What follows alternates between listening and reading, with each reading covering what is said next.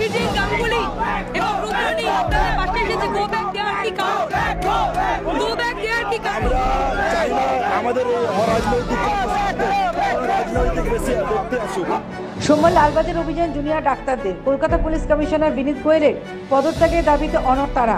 এদিকে রাতের দিকে বিবি গাঙ্গুলি স্ট্রিটের দিকে যখন ডাক্তারদের অবস্থান বিক্ষোভ চলছিল তখন তাদের আন্দোলনে সামিল হতে এসেছিলেন প্রাক্তন বিচারপতি তথা বিজেপির সাংসদ অভিজিৎ গঙ্গোপাধ্যায় ও অভিনেতা তথা বিজেপি নেতা রুদ্রনীল ঘোষ।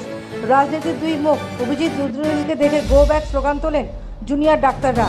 তাদের আন্দোলনে কোনো রাজনীতির রং লাগতে দেবেন না বলেই তারা গো ব্যাক স্লোগান দেয়। আর এরপরেই মিছিল ছেড়ে বেরিয়ে যান অভিজিৎ রুদ্রনীল।